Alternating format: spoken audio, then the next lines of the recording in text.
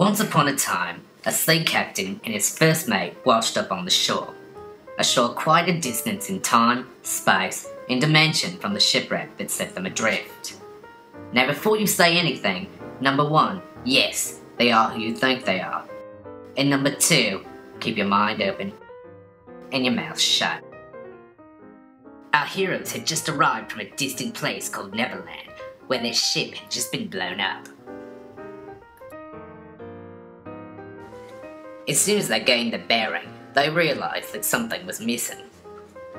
So what would they call you now? Captain Stomp?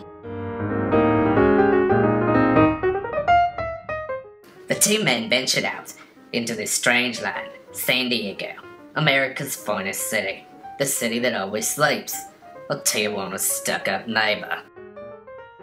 Remember that these men were used to fairies and flying children, not skyscrapers and automobiles. Flabbergasted or not, they knew they had to adapt to this new world. Change the clothes, change the hair,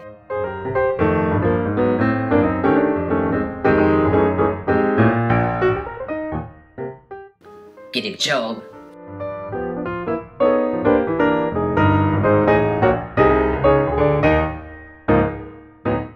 and find a place to live.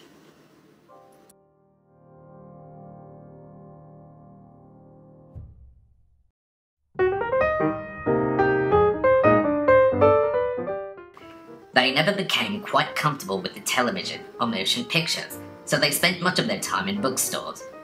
One such visit turned their already twisted lives upside down. For as long as there had been long sea voyages, it was understood that it was alright to help a sailor out, wank wank, when at sea. The first mate had never confessed that he had also been very helpful in port. Hiding this from his captain became impossible when he noticed Aldo sucking on a lollipop.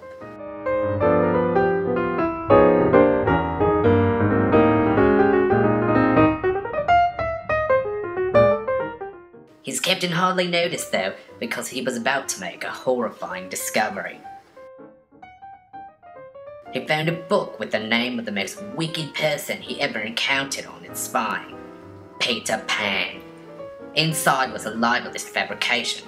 Peter Pan wasn't the spoiled prince who murdered his family when they tried to make him grow up, and Tinkerbell wasn't the depraved fairy who cast a spell on Neverland that let no one age, and who pushed fairy dust, kind of like cocaine, and pimped out the lost boys. In this book, they were nice fairies who saved children from pirates like himself. The only reason he became a pirate in the first place was because that little flying shit robbed his ship, and that evil winged Sheila got his crew hooked on fairy dust. Had he not sailed into that foggy sea and found himself in that hell they called Neverland, he'd still be captain in the Royal Navy. Actually, he would have died 200 years ago, but we won't tell him that. The only thing that this J.M. Barrie got right was that Peter Pan cut off his right hand and fed it to a crocodile. The first mate took it very hard and found comfort in a powder similar to his old friend fairy dust.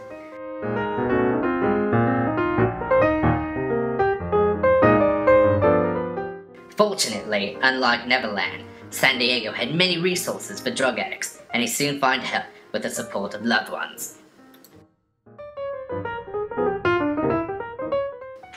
The captain had no vices to escape his pain with, and was plagued with night terrors. His first mate nudged him to get help, as the captain had done for him. Begrudgingly, the captain saw this psychoanalyst, who upon hearing what he assumed to be the captain's delusions, almost had him committed immediately. Instead, he decided to see if he could push his patient into reality by confronting the issues underneath his hallucinations. Soon the captain realised he must take responsibility for his actions after Peter Pan first attacked him. He soon revealed that the night before he washed up in San Diego, he had lured Tinkerbell and Peter Pan onto his ship and blew it up. He assumed that he and his first mate were the only survivors. Even though he knew Peter Pan and Tinkerbell were pure evil, he now felt guilty for taking their lives. Having faced the demons, the two friends set out to live their exciting new lives, free to live how they wished.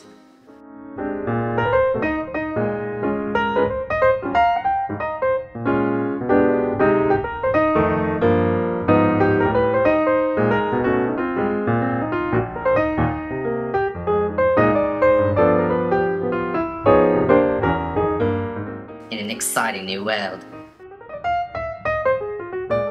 without the shadow of a malevolent fairy or a diabolical child to haunt them.